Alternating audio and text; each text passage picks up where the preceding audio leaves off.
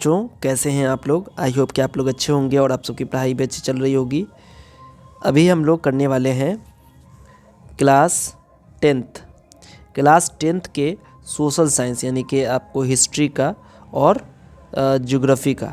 ठीक है, मेनली अभी हम लोग जो करने वाले हैं वो ज्योग्राफी से करने वाले हैं। ठीक है, जो इम्पोर्टेंट डाटा है आपको याद रखना है, क्योंकि आपको इसके लिए अगर मान लो कि मैप वर्क अगर आता है या फिर ऑब्जेक्टिव टाइप क्वेश्चन आता है तो कई सारे क्वेश्चन आपको इससे देखने को मिलेंगे। इसलिए इस वीडियो को बिल्कुल भी स्किप मत करना, ध्यान से एक एक बात को सुन के रिवाइज कर लेना, ताकि इससे आपको बहुत फ़ायदा होने वाला है। ठीक है, चलिए चैनल को अगर सब्सक्राइब नहीं किया है तो चैनल को सब्सक्राइब कर लेना।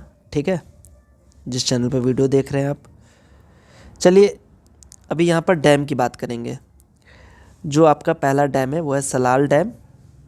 कहाँ है ये आपको है जम्मू कश्मीर में है। ठीक है, रियासी ज़िला है और नदी का नाम है चेनाब।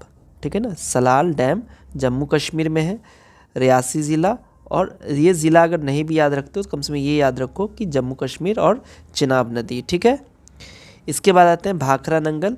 तो भाखरा नंगल जो है आपको देखो यहाँ पे कह रहा है कि नंगल पंजाब और बिलासपुर हिमाचल प्रदेश, सतलुज नदी पर है। ठीक है ना, पंजाब और हिमाचल प्रदेश। ठीक है, भाखरा नंगल डैम। ओके, इसके बाद है टिहरी डैम। तो टिहरी डैम आपको ये उत्तराखंड में है, भगीरथी नदी पर है। इसके बाद आपको आते हैं राणा प्रताप सागर डैम। तो ये आपको जो है कहाँ है, राजस्थान में है। ठीक है, ये आपको राजस्थान में है और चंबल नदी पर है। ठीक है, इसके बाद आते हैं सरदार सरोवर डैम। तो ये आपको नर्मदा ज़िला यानी कि गुजरात नर्मदा नदी पर है। ठीक है, इसके बाद आते हैं अगला है हीराकुड डैम। तो हीराकुड डैम संबलपुर ओडिशा में है और महानदी नदी पर है। ठीक है ना, इसके बाद आते हैं तुंगभद्रा डैम। तो ये आपको कर्नाटक के होसपेट में है और तुंगभद्रा नदी पर है। ठीक है, इसके बाद आते हैं नागार्जुन सागर। तो ये आपको नलगोंडा ज़िला तेलंगाना और पलनाडु ज़िला आंध्र प्रदेश में है। ठीक है, यानी कि नागार्जुन सागर डैम जो है ये आपको आंध्र प्रदेश तेलंगाना दोनों में पड़ रहा है, नालगोंडा ज़िला और पलनाडु ज़िला। ठीक है, कृष्णा नदी के ऊपर बना हुआ है। ठीक है, इसके बाद आते हैं यहाँ पर देखिए आपको क्या है कि सत्याग्रह, ये क्या है भी, तो इसमें आपको स्थान का जानकारी दिया गया है और जो सत्याग्रह आंदोलन या फिर जो हिस्टोरिकल इवेंट्स हुए हैं उनका नाम है। ठीक है, यानी कि उनके नाम से जो भी स्थान कनेक्टेड है उसकी जानकारी है। जैसा कि आपको देख पा रहे होंगे यहाँ पर कि सत्याग्रह केंद्र नील किसान यानी कि जो आंदोलन चला था इंडिगो प्लांटर्स का, तो इसके लिए जो सत्याग्रह सेंटर्स थे वो कहाँ थे। तो यहाँ पर देखिए सत्याग्रह का जो स्थान था वो क्या था, चंपारण, राज्य बिहार और वर्ष 1917। अब आप देख सकते हैं लिखा हुआ है महात्मा गांधी ने नील किसानों के अधिकारों के लिए पहला सत्याग्रह आंदोलन शुरू किया। इसके बाद है किसानों का सत्याग्रह केंद्र गुजरात, पीजेंट सत्याग्रह सेंटर। ठीक है, पीजेंट सत्याग्रह सेंटर जो गुजरात में था वो कौन सा जगह पे था, खेड़ा। ठीक है, उसके बाद यहाँ गुजरात में और वर्ष इसका है 1918। खेड़ा सत्याग्रह में किसानों ने कर माफ़ी की मांग की, जिसका नेतृत्व महात्मा गांधी, सरदार पटेल और अन्य नेताओं ने किया। इसके बाद है सत्याग्रह केंद्र कपड़ा मिल मजदूर, यानी कि कपड़ा मिल मजदूर ने जो सत्याग्रह किया तो उसका सेंटर क्या था, तो उसका सेंटर देखिए अहमदाबाद में था। ठीक है, कहाँ था, अहमदाबाद में। कौन से राज्य में, गुजरात में। कब हुआ था, तो यहाँ पर आप देख सकते हैं 1918 में। ठीक है, इसके बाद यहाँ पे जो घटना है इसकी क्या है उसके बारे में बताया गया है। घटना जो इसके बारे में बताया गया है कि गांधी जी ने मिल मजदूरों के समर्थन में अनशन किया, जिससे मजदूरी बढ़ाने की मांग पूरी हुई। इसके बाद असहयोग आंदोलन वापस लेने का जो स्थान था, असहयोग आंदोलन वापस लेने का स्थान, place related to calling off the non cooperation movement. तो ये हो गया आपको चौरी चौरा उत्तर प्रदेश। वर्ष 1922। यहाँ पे घटना क्या हुई थी तो वो बताया जा रहा है कि चौरी चौरा कांड में हिंसा होने के कारण गांधी जी ने असहयोग आंदोलन वापस ले लिया। इसके बाद है सविनय अवज्ञा आंदोलन की शुरुआत, a starting place of civil disobedience movement. तो यहाँ पे क्या है इसका स्थान दिया हुआ है साबरमती आश्रम से दांडी तक, यानी कि दांडी यात्रा जो हुई थी। राज्य गुजरात, वर्ष 1930। अब इसके बारे में बताया जा रहा है कि गांधी जी ने नमक कानून के खिलाफ दांडी मार्च किया, जिससे सविनय अवज्ञा आंदोलन की शुरुआत हुई थी। इसके बाद आते हैं जलियांवाला बाग घटना से संबंधित शहर, यानी कि related city to Jallianwala Bagh incident. Amritsar शहर का नाम हो गया, पंजाब स्टेट का नाम हो गया, 1919 साल हो गया, यानी कि वर्ष। ठीक है। अब यहाँ पर क्या कह रहा है कि जनरल डायर के आदेश पर 79 लोगों पर गोलीबारी की, जिसमें सैकड़ों निर्दोष लोग मारे गए। ठीक है।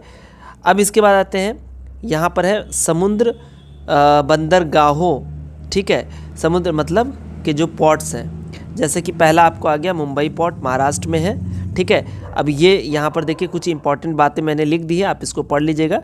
ठीक है, या फिर स्क्रीनशॉट ले लीजिए, इसको पढ़ लीजिएगा आप। आगे इसमें आते हैं जवाहरलाल नेहरू पोर्ट, जो कि महाराष्ट्र में है, भारत का सबसे बड़ा कंटेनर पोर्ट है। ठीक है। चेन्नई पोर्ट आ गया, तमिलनाडु में है। और इसके बाद आपको कोलकाता पोर्ट, जो कि पश्चिम बंगाल में है। ठीक है। उसके बाद विशाखापत्तनम पोर्ट, जो कि आंध्र प्रदेश में है।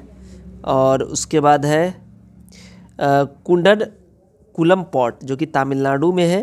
इसके बाद है कांडला पोर्ट, गुजरात में है। ठीक है। इसके बाद पारदीप पोर्ट, जो कि उड़ीसा में है। इसके बाद मोरमुगाओ पोर्ट, जो कि गोवा में है। उसके बाद आता है आपका तुतिकोरिन पोर्ट, जो कि तमिलनाडु में है। इसके बाद यहाँ पे हम लोग आ जाते हैं कि एयरपोर्ट। तो एयरपोर्ट में देखिए इंदिरा गांधी इंटरनेशनल एयरपोर्ट दिल्ली में है। ठीक है। लोकेशन बताया जा रहा है यहाँ पर दिल्ली में है। बिजिएस्ट और largest airport in India in terms of passenger traffic. ठीक है। यहाँ किस किस देश के लिए जो है लोग फ़्लाइट्स यहाँ पर लेते हैं। इसका है छत्रपति शिवाजी महाराज इंटरनेशनल एयरपोर्ट, जो कि मुंबई में है। मुंबई महाराष्ट्र, यानी कि स्टेट का नाम महाराष्ट्र हो गया। इसके बाद आते हैं, इसका इंपॉर्टेंस बताया जा रहा है कि ये भी बिजिएस्ट एयरपोर्ट में से एक है। ठीक है। डोमेस्टिक फ़्लाइट्स और इंटरनेशनल फ़्लाइट्स यहाँ से निकलती हैं। ठीक है। और मिडिल ईस्ट अगर जाना हो, या साउथ ईस्ट एशिया जाना हो, या यूरोप जाना हो, तो यहाँ से फ़्लाइट्स निकलती है। ऐसा नहीं है कि कहीं कहीं आपको दोनों हर जगह कई जगह से मिलती है फ़्लाइट्स, बट जो कॉमन है। उसका बाद केम्पेगौड़ा इंटरनेशनल एयरपोर्ट, जो कि बेंगलोर में है। ठीक है। और ये भी बिजिएस्ट एयरपोर्ट में से एक है। उसका नेताजी सुभाष चंद्र बोस, ये कलकत्ता में है, इंटरनेशनल एयरपोर्ट है नेताजी सुभाष चंद्र बोस। इसके बाद आते हैं चेन्नई इंटरनेशनल एयरपोर्ट, चेन्नई में है। ठीक है। उसके बाद ये भी क्या है, इंटरनेशनल फ़्लाइट का हब माना जाता है। Middle east, south east Asia, parts of Europe में लोग जाते हैं। इसके बाद आता है राजीव गांधी इंटरनेशनल एयरपोर्ट, जो कि हैदराबाद में है। इसकी लोकेशन जो है वो हैदराबाद तेलंगाना में है। ये भी जो है यहाँ पे लिख रहा है कि मेजर हब माना जाता है साउथ इंडिया के अंदर। ठीक है। मिडिल ईस्ट या फिर साउथ ईस्ट एशिया जो हम लोग इससे जाते हैं। कोचिन इंटरनेशनल एयरपोर्ट, जो कि कोची में है, कोची केरला। ठीक है। उसके बाद है सरदार वल्लभ भाई इंटरनेशनल एयरपोर्ट, अहमदाबाद में है, यानी कि गुजरात में है। ठीक है। इसके बाद पुणे इंटरनेशनल एयरपोर्ट, पुणे, जो कि महाराष्ट्र में है। ठीक है। ये कह रहा है कि ये बड़ा नहीं है। ठीक है। और इस यहाँ भी मिडिल ईस्ट और साउथ ईस्ट के लिए लोग जो है स्पेशली यहाँ से फ़्लाइट्स लेते हैं। गोवा इंटरनेशनल एयरपोर्ट, जो कि डाबोलिम, यानी कि गोवा में है। और ये जो है ना, ये बहुत ज़्यादा इम्पॉर्टेंट है, इसलिए इसको जो आप ज़रूर ये कर लीजिएगा। इसके बाद यहाँ पर मैंने लिख दिया है ऑयल फील्ड्स, तेल क्षेत्र के बारे में। तो देखो यहाँ पर मुंबई में जो बॉम्बे हाई है, यानी कि अरब सागर में ये है, और मुंबई के तट से लगभग 160 किलोमीटर दूर है। ठीक है। इसके बाद आते हैं मंगला तेल क्षेत्र, राजस्थान में है, बाड़मेर राजस्थान में है। ठीक है। इसके बाद भोगत तेल क्षेत्र, ये गुजरात में है। ठीक है। उसके बाद आते यानी कि गुजरात के तट पर है, ठीक है ना। इसके बाद आता है कुंभल तेल क्षेत्र, ये भी गुजरात के अंदर है। उसका दिग्बोई तेल क्षेत्र, ये असम में है, दिग्बोई असम में है, ठीक है, तिनसुकिया जिला में है, ठीक है। इसके बाद ये देखिए एक चीज़ इसमें है कि 1867 में खोजा गया था, सबसे पुराना तेल क्षेत्र है, ठीक है, और आज भी ये जारी है उत्पादन। नोईदिंग तेल क्षेत्र जो कि असम में है। इसके बाद जो आपका अगला है नरसीपुर तेल क्षेत्र, ये जो है ये आंध्र प्रदेश में है, ठीक है, और ये कह रहा है कि तेल और प्राकृतिक गैस उत्पादन के लिए प्रसिद्ध है।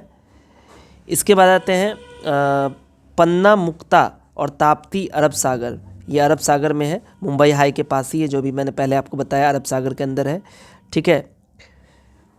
इसके बाद ये भी गैस उत्पादन के लिए महत्वपूर्ण है। उसके बाद कलोल तेल क्षेत्र गुजरात में है, ठीक है।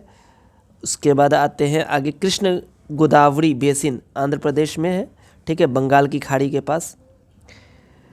ये सब जो बहुत ही ज़्यादा इम्पोर्टेंट आपके लिए हैं, आप इसे एक बार रिवाइज करके देखिए और इसे अपने दोस्तों के साथ शेयर ज़रूर कीजिएगा, ठीक है। मैंने बहुत ही इम्पोर्टेंट जो भी थे मैंने इसको लिख दिया है, आप इसको शेयर कर दीजिएगा। चैनल को सब्सक्राइब नहीं किया सब्सक्राइब कर दीजिएगा और वीडियो को लाइक ज़रूर कर दीजिएगा, ठीक है। मिलता हूँ फिर आपसे अगली वीडियो में, तब तक आप सब अपना ख्याल रखिए। वीडियो देखने के लिए आप सभी बच्चों का बहुत बहुत शुक्रिया।